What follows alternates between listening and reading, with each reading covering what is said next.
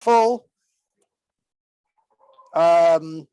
Leos, to deny good, Kofi Kifui Tova, An ingrate.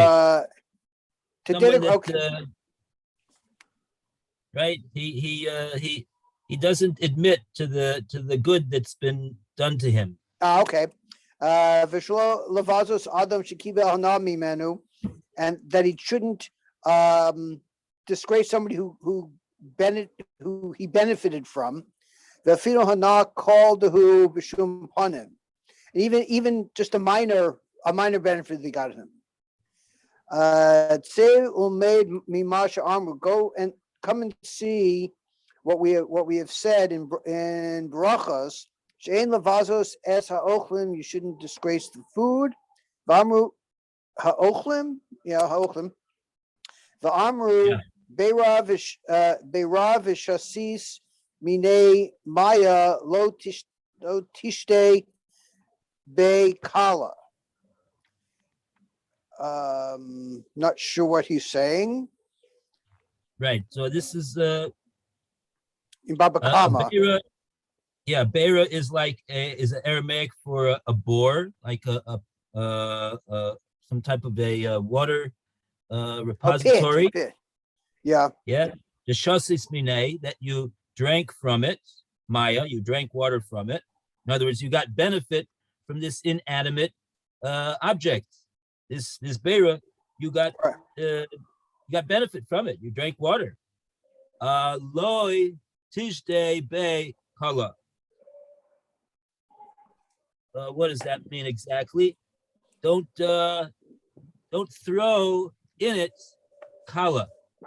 Don't throw in it. I guess garbage or something like that. Yeah. Don't throw it in a stone or even a stone. Don't throw in there.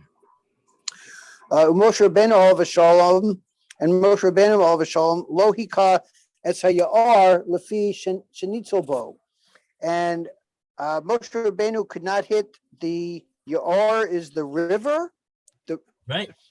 Lefi shenitzel, because he was saved by a tiksiv vatasim besof al tzfas hayar, and he was stayed there by the edge of the river. So I guess it was Aaron who had to hit the water. V'kein lohika es efa haaretz. You shouldn't hit the dirt of the soil of the land. Lefi shenena bo shetamin bo es mitzri. This is because you got benefit from it, because it trapped the Egyptians. Kosh ken kavachom la'adam. And if you shouldn't do these to inanimate objects, all the more so, you should not do this to people. Shehetiv imo bekavana. There's good with you by intention. Mikuvanas shetzorich shetehei avos ahavaso shmura netzach.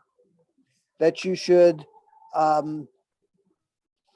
love. You should care and love them forever. Wow, that your love for this person you should guard it forever, because of the fact that he's not like a inanimate object that you derived benefit from, but he did good with you b'kavanah. It was his intention to do good with you. Mm-hmm. So not only did you receive good from him, but he intended your good in doing what he did, which resulted in your benefit. So kol shekain, it's all the more so. So those cases of Moshe Rabbeinu, when he had his staff and he was supposed to do the makos, so he didn't strike the ground, he didn't strike the water by makas dam and makas. What is it over there with the ground? The makas kinim. He didn't do that because he derived benefit from the ground and from the. What was the benefit he derived from the ground? After he killed the Mitzri with the Shem Hamafurish, he was able to bury him. He buried him in the ground. So Taman is he's hidden down there in the ground. Yeah. Okay. Very good. Okay. So now we're up to Af im Chavero Yakenu. And we'll go back to the anybody want to read from there? Af im Chavero Yakenu.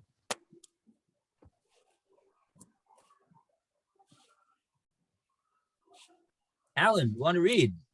Have the English. How much more so? Next paragraph.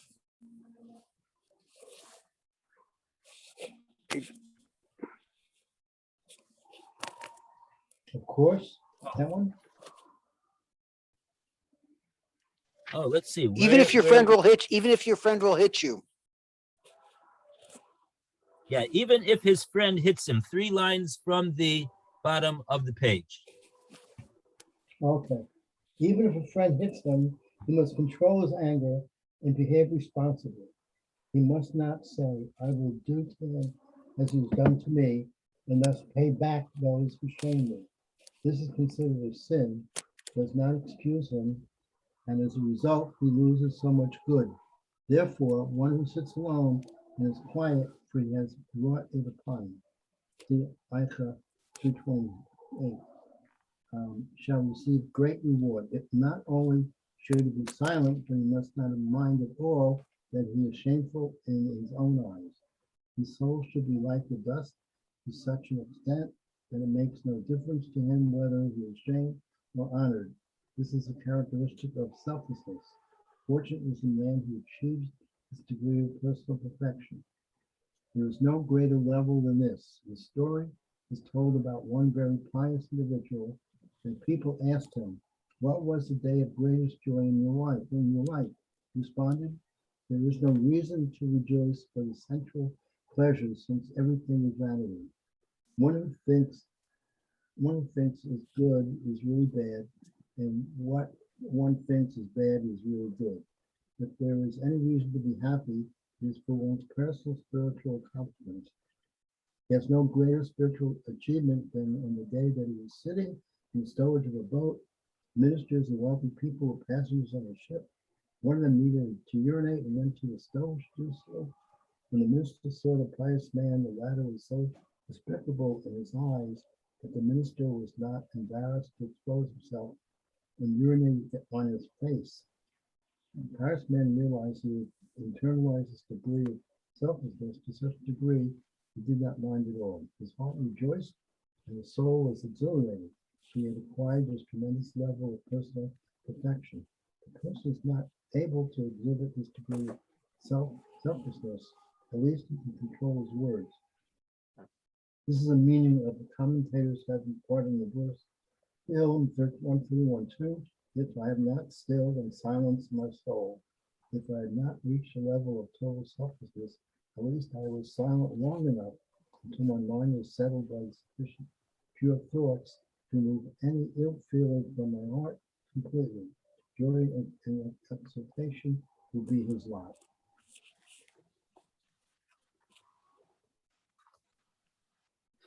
Okay. So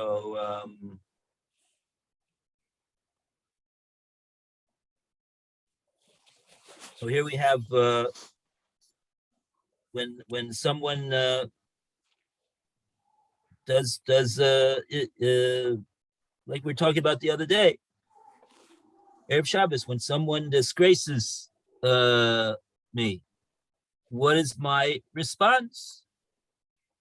So again, he brings this pasuk in Eicha, one who sits alone and is quiet. So that's the proper response, for he has wrought it upon him. So we see over here that this is from Eicha. This is the words of Yirmiyahu and Navi after the Churban and everything that happened to Klal Yisrael, and So what is the response? He sits alone and is quiet. Why? Because he knows that Hashem, has wrought it upon. Hashem is the one who has brought it upon him. And if he accepts it as such, so he'll receive great reward instead of striking back at the person that wronged him. This is the idea. Once again, taking the person who wronged me, who disgraced me, out of the picture. He's not the one to contend with, but to remember that that Hashem is the one who has wrought it upon him. This is what Yirmiyahu Hanavi is telling us in Eicha. And so, yeah, here we have this famous story. Everybody probably has heard this story about this very pious individual. That was the happiest, most joyous day of his life, that he had the most pleasure. When this minister relieved himself on in his face. Why was that such a joyous day? Because he realized that he didn't feel any anger towards the person, and he accepted it with equanimity. And when he realized that the fact that he did that to him, he accepted in that way, he became joyous that he had reached that level of selflessness.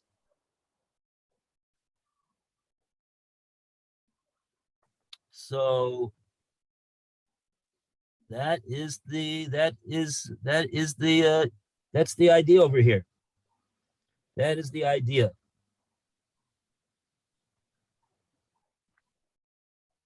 Okay, so we go to the next paragraph. Of course, one must be careful. And we go to Roy. Page 97. Of course, one must be careful.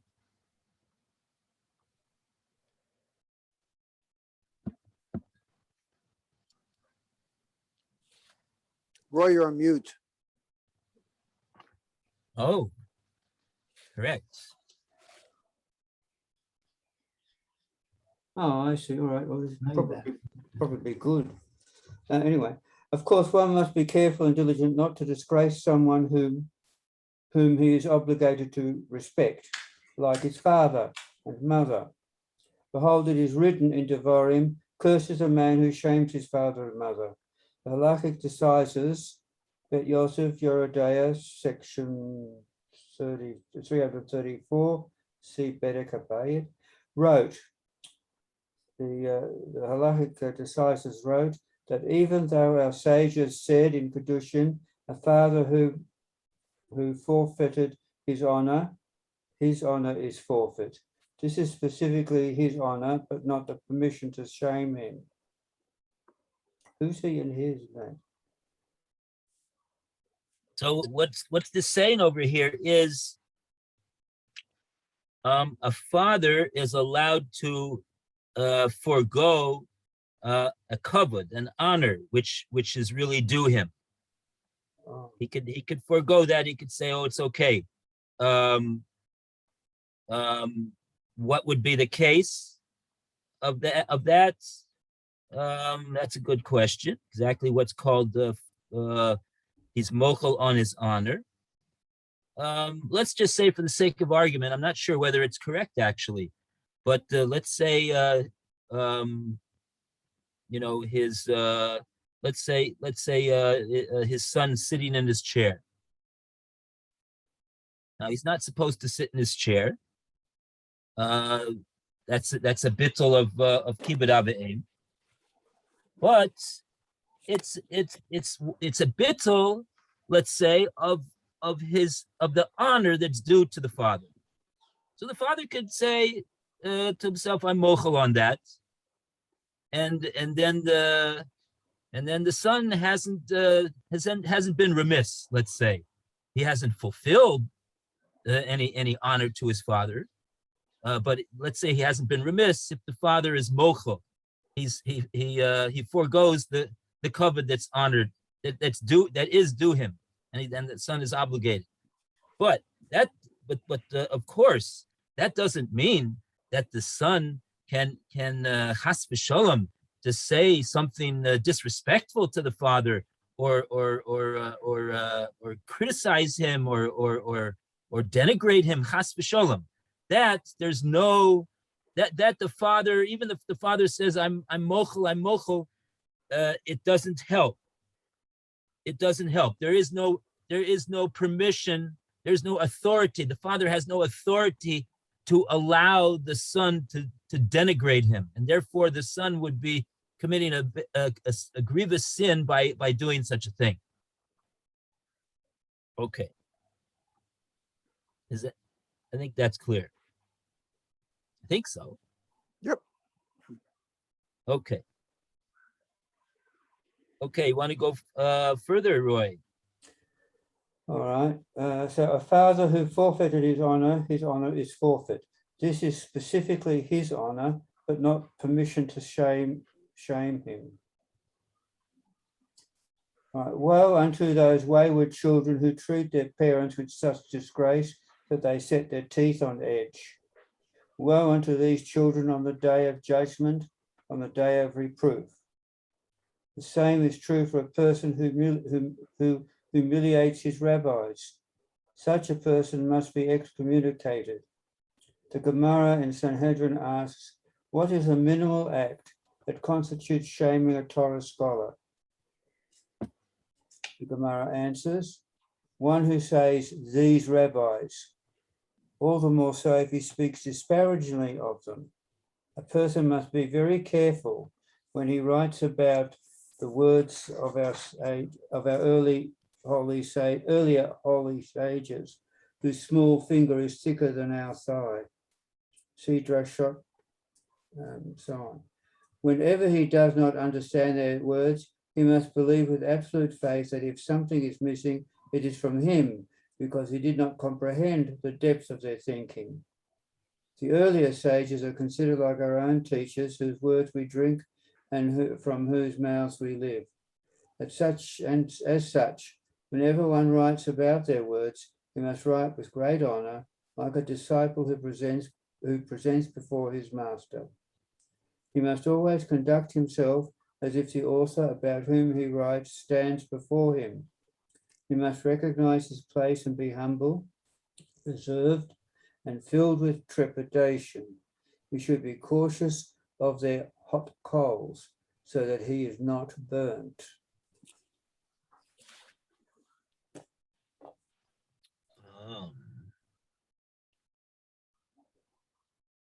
Okay, fine. Okay, Lou, would you like to read the last paragraph of this section? Go out and see the extent of what is considered shameful conduct. It is written, you may not ascend steps unto the altar so that your nakedness is not revealed.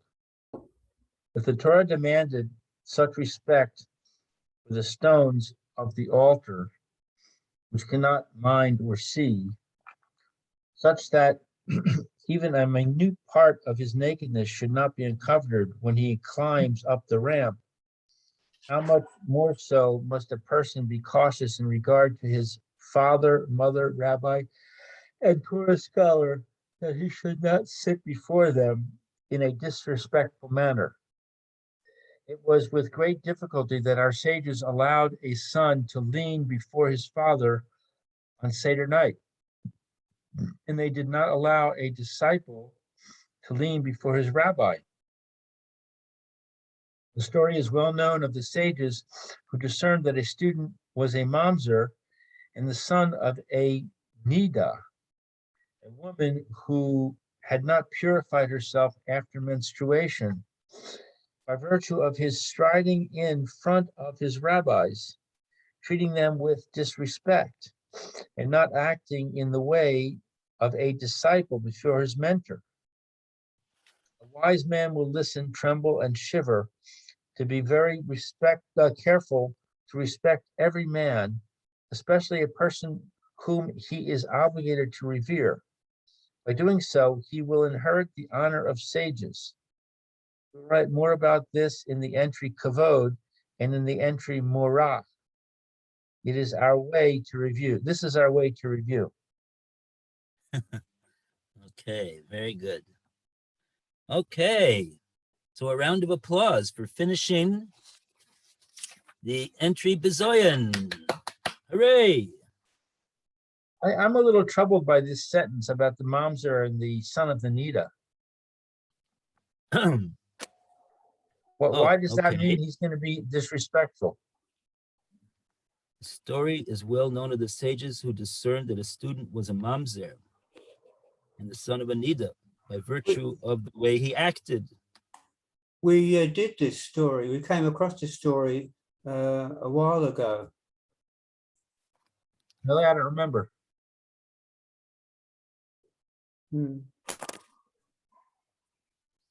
Says it's in Avos de Rebbe Nosson. My understanding is that it says a mamzer Talmud Chacham gets precedence to a Kohen Gadol. Well, that's as long as he also not only is a Talmud Chacham, but he not only does he learn like a Talmud Chacham, but he acts like a Talmud Chacham. Right. But if an mamzer is capable of acting like being and acting like a Talmud Chacham, why would we assume that he's going to be disrespectful? No, they're saying because he acted disrespectfully, they discerned that he was a mamzer, but ben nida. Because of his actions, they assumed that he was a mamzer ben nida. That's what I'm saying. Why would you assume that? Because he acted very bad. He acted badly. He had bad midos that probably came through his yichus. Okay, we would have to know exactly what the story was.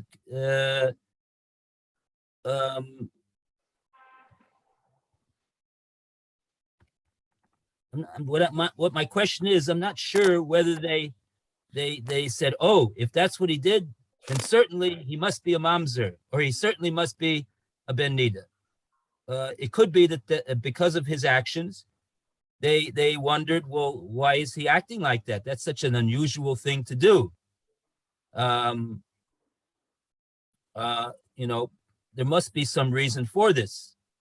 And so they investigated the matter, and they actually found that he was a mamzer or a ben nida. And the point here is that this is not really the subject of the Pele Yoetz over here to make a statement that a person's yichus can affect his behavior. That's not the point of the Pele Yoetz, even though that is a correct inference from the story, that there is a correlation. Why are we mentioning it if it has nothing to do with it? Apparently, the Chazal understood that there is a connection. Now, does it mean that a person who is a mamzer or who is a ben nida has no free will? He's not able to rise above that limitation that he has and overcome that? Surely not. But there is something about it. There is something about it.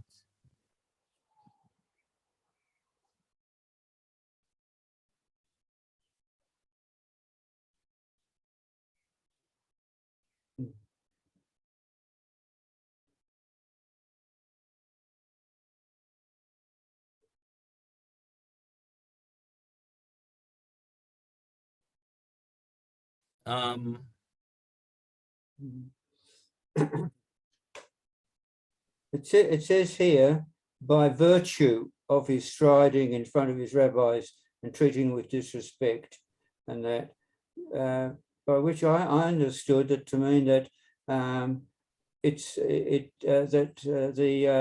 the actions that he performed are associated with being a mamzer or a ben neder. That you know, that when you do these things, that's what such a person would do. So it's, you know, sort of, it's yeah. So when he was doing that, I can point out, oh look, he's doing this, this, and this. Therefore, it matches with what we know the issue of a mamzer or a ben neder would do.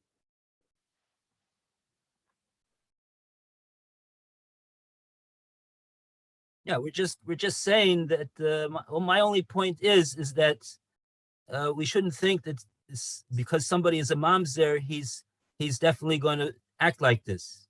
Right. He has the ability to overcome that limitation that he has. People are born with all sorts of different limitations, and they overcome them. Some of them, many people overcome them. Many people don't overcome them. That's up to the person. That's what we're here to do, to work on ourselves and steig and improve ourselves. That's what we're here for. Yes. But I also agree that it's not for nothing that they had some type of a suspicion that he was a mamzer.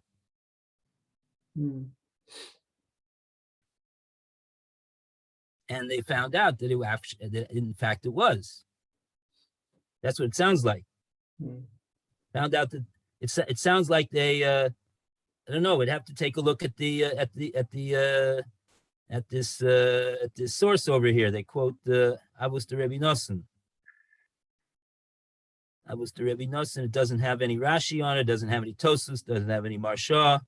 So, but at least we could see the words themselves. What exactly was the story that happened over there? That, if you want to take a look. Avos de Rebbe Nosson is after Maseches Avos in a you'd have to have a Shas Gemara.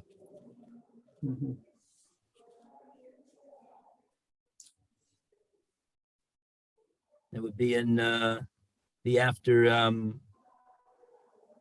think after Avodah Zorah. In Maseches Avodah Zorah. It's the end of Nezikin, Seder Nezikin. Anybody want me to take a look and see if we could find this? Yeah. Sure. Okay. Oh, just just looking in my Hebrew edition if he has any other source.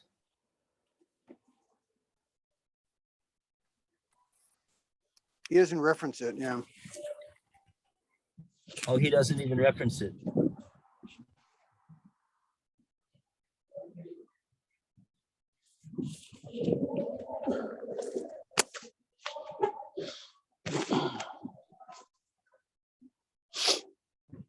Okay.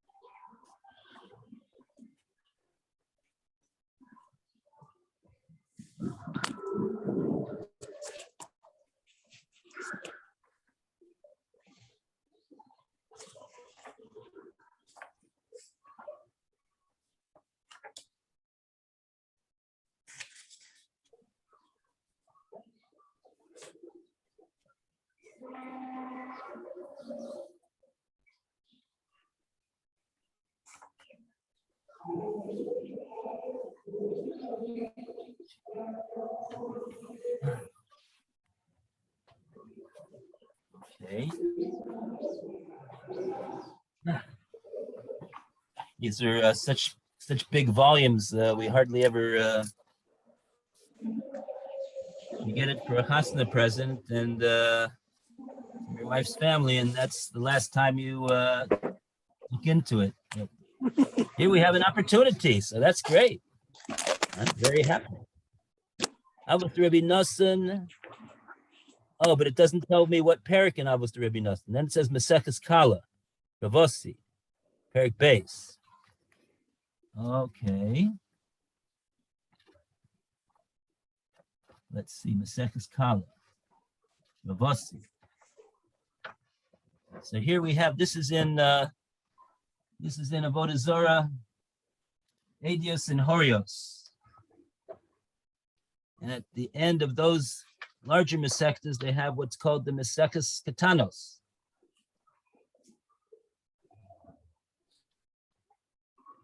Maseches Sofrim, Smochos, Kala. We're looking for Kala Ravasi. Here we are. Here we have it.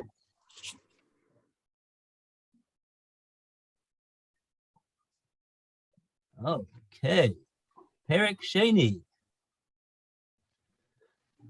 Okay.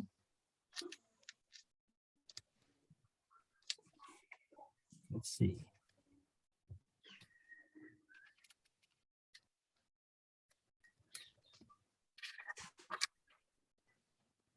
Oh boy.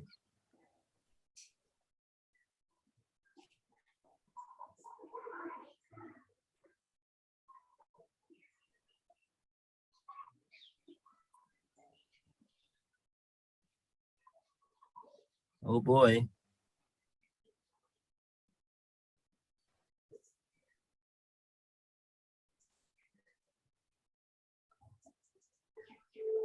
Oh wow. Okay. So yeah, this is okay, so it says over here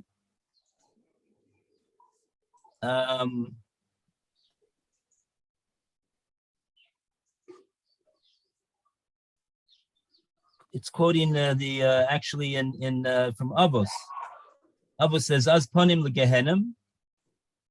Someone who is Az Panim, he's brazen faced. Legehenim. Rosh Panim. He's makes his face shamed. Legan Eden. Az Panim, Rebbe Eliezer Omer, Mamzer.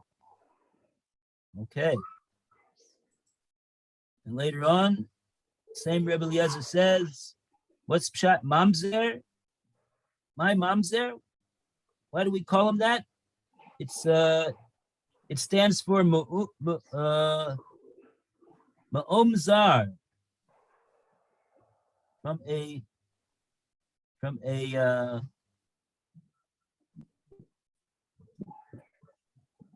strange and foreign people. It comes from a strange and foreign people. Here we have a brisa, Hamachas Hayu Zakenim Yoshvim.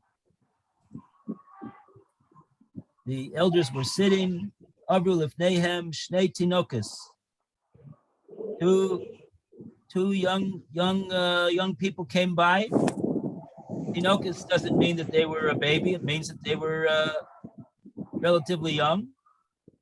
Echad Gala Es Rosha. One bared his head. Did not exposed his head. Echad Kises Rosha. And one covered his head. Zesha Gala Rosha. The one that exposed his head, Rabbi Eliezer Omer, Mamzer. He is a Mamzer. Wow. Rabbi Yeshua Amar Ben Nida. Rabbi Kiva Omer, Mamzer. Who Ben Nida? He's both. Amar Lo Akiva, Eich Malach Eich malach libecha lavor al devorai. Amar lehem, ani ekaimenu halach etzel imoy shel oso tinok. So they challenged Rabbi Akiva to prove his words, and they went to the mother of this boy. Motza shehi yosheves umocheres kitnis b'shuk. They saw her selling some type of beans in the marketplace in public. Amar la biti im tomar li davar zeh shani omer lach harini meviacha l'chayor l'mabah. If you play ball with us, you'll go to Olam Haba. Amar le hishavali. Take an oath on that. Hi Rabbi Kiva Nishba Bisvasov. Mavatalo Baliboy. Okay, it's the whole story over here. Amalei bin Chazeh Ma Tivoy. They got to the point. This son of yours, what's the story? What's the story with your son over here? With this son? Ma Tivo. Amalei Nishinik Nasti Lechupa Nida Hayisi. When I entered the chuppah, I was a nida. Upirish mimeni bali. Bulani shushbini. Yavarti ezeh. And she said that her husband separated from her because she was a nida. Ubalani shushbini, but one of the shushbinim over there that are some of the friends of the chassan or whoever that are supposed to be there to be the sameach chassan bakala, that they should rejoice. It's a great simcha. He had relations with me. And the result was this child over here. Nimsa osotinuk mamzer uben nida. So exactly like Rabbi Kiva said, this child was a tina. This child was in fact both a mamzer as well as a ben nida.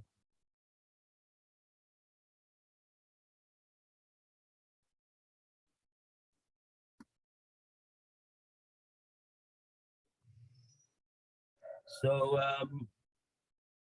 also Shah Omru, at that time, his colleague said to him, Baruch Shagola Sodo Liakiva ben Yosef. Blessed is he who revealed this unknown matter to Akiva ben Yosef.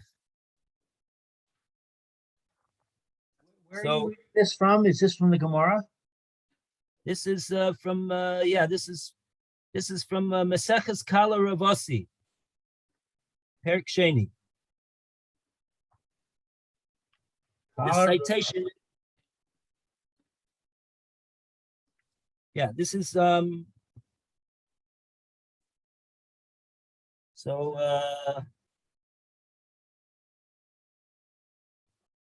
that's the story over here. Rabbi, in other words, you have a page number? In my Shas Gemara over here, it's Nun Beis.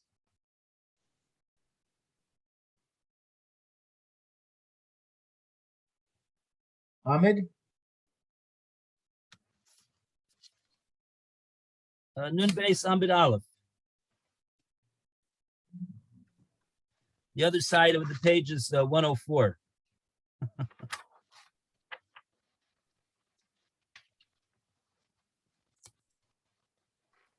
So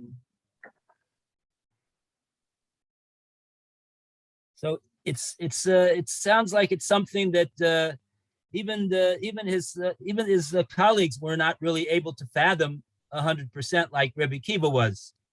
And when they realized that when Rebbe Kiva proved to him that he was correct, so they said, "Blessed be Hashem who revealed this secret to Rebbe Kiva." It's not something that could be known.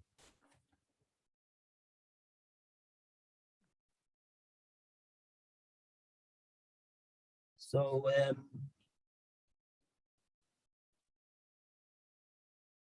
it certainly would come out from this Gemara that it's far from accurate to say that anyone who engages in disrespectful conduct towards the Rabbanim is certainly a mamzer. You have to have a Rebbe Kiva who says, yes, this person is a mamzer.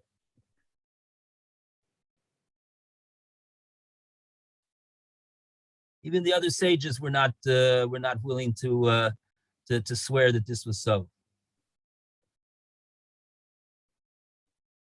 How did Rebbe Kiva know? How was he able to swear? Because he knew, and he felt that it was necessary to swear in order to and to demonstrate to them that it was so, that what he was saying. But it's certainly far from us to pass judgment on a person that we see acting disrespectfully and to say that he's a mamzer. We're not Rebbe Akiva, and we don't get secrets revealed to us from Hashem. Not only that, but I mean that it seems like it's a spurious point. The point of the paragraph is that we should act respectfully. Yeah. What right.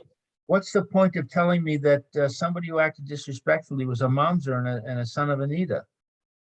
It seems like an unnecessary negative reference to bring in to this paragraph.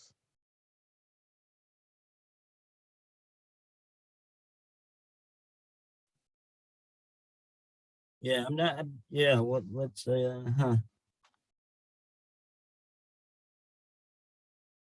I suppose that the reason why the Pele Yoetz is bringing this is to show us the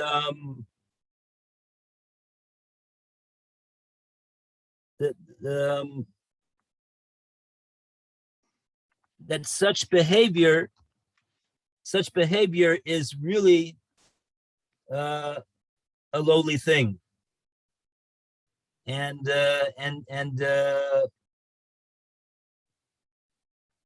it's associated with people who are lowly. And a mamzer and a son of Anita are examples of people who are lowly. If they act in a lowly way, that it complements their status. Yes. Right. And if they don't, then they're not. So what's the point? Well,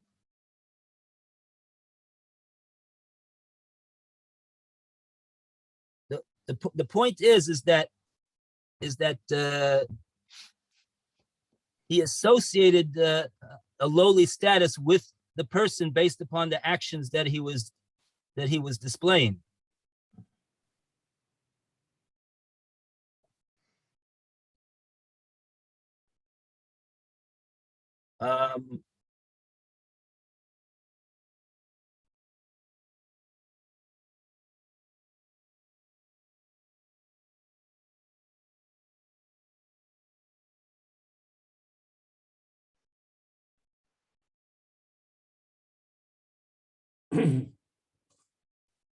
Okay. We wouldn't say that someone who is engaged in very commendable conduct, laudatory conduct, to say, oh, that that conduct shows on him that he's a mamzer. That wouldn't sound right. There wouldn't be a why would we say that? Why would we say such a thing? There'd be no basis for saying that. Well, we could say that the fact that a person could be a person of great conduct and be a mamzer shows that a person can rise above being a mamzer. Even though he's a But we mamzer, wouldn't. he can still be a great person. No, but here we're saying that's true, that a person can always rise above his circumstances, right? He has free will. Hashem created him that he has free will. He can rise above his circumstances. However, a person's circumstances are not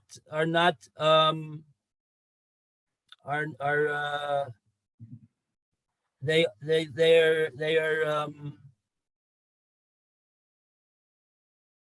are a reality. They are a reality. And over here, it's not simply that he was the product of adultery. Now we believe that adultery is not good, and that will even affect the offspring. It gives a certain handicap to the offspring, which, true, he could overcome it. But we wouldn't be surprised if as we know, people they overcome handicaps, and sometimes they do not overcome handicaps.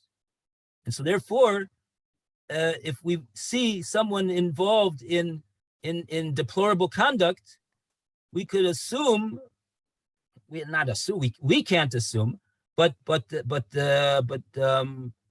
would be we would say that that's the point that I want to emphasize from this story with Rebbe Kiva. Rebbe Kiva he knew that because it was revealed to him. It was revealed to him, and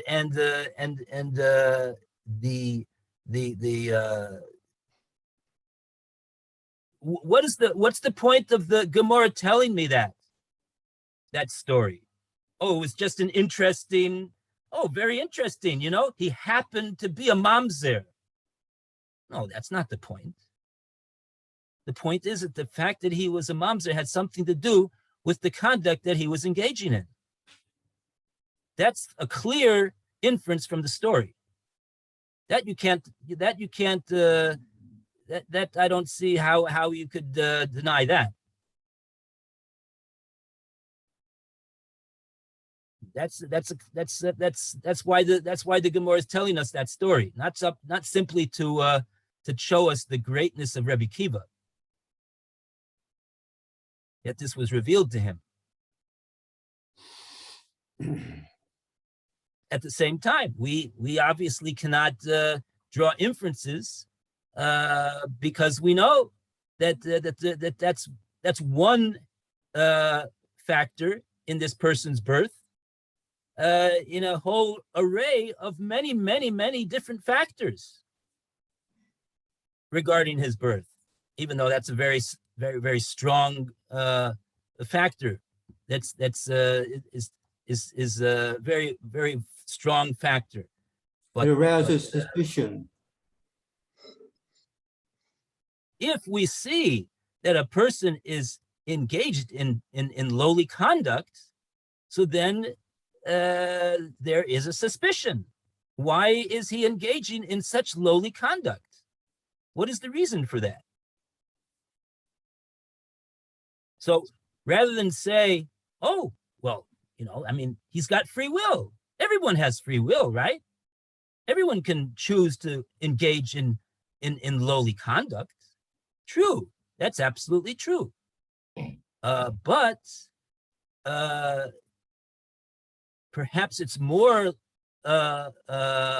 it's more likely to say that there were reasons for the handicap that he had, which he wasn't able to overcome. Perhaps he had a handicap that he wasn't able to overcome. That doesn't mean that he's not capable of overcoming. It doesn't mean that he's destined to be a lowly person. No, he's not destined to be a lowly person. He's got free will, but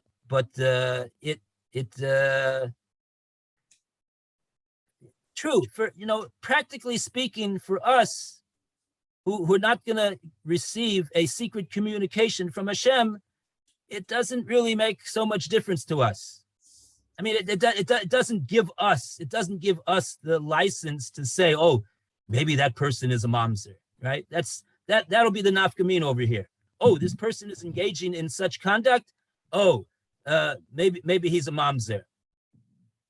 I mean, because today there's so many other reasons why we could conclude that that's why he acted like that, other than the fact that he's a mamzer.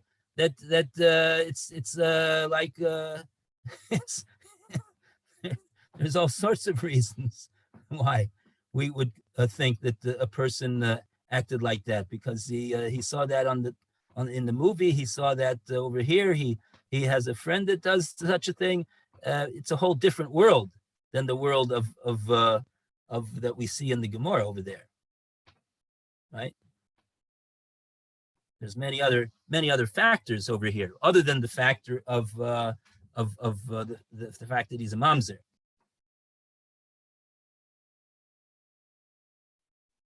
But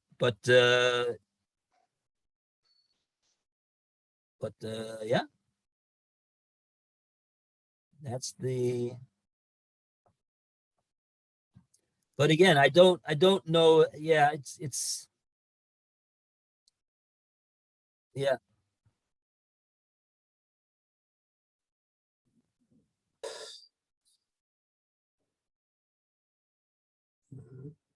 It's a case of the Pele Yoetz is showing us a case from the Gemara.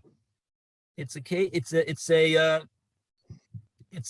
a story, a true story in the Gemara about someone who was acting with disrespect towards the rabbis. So that's what his subject matter was.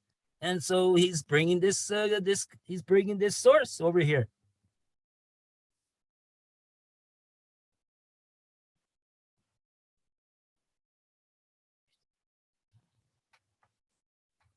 Yeah. Oh, what time is it? Late. 20 to 12. Oh, okay. We don't have Mayor here to remind us. There's Hashem. Mayor will be back with us soon. Refuah Shlema to his wife. Sarah Tikva Vas Yehudis. Bezrat Hashem. Amen. Okay.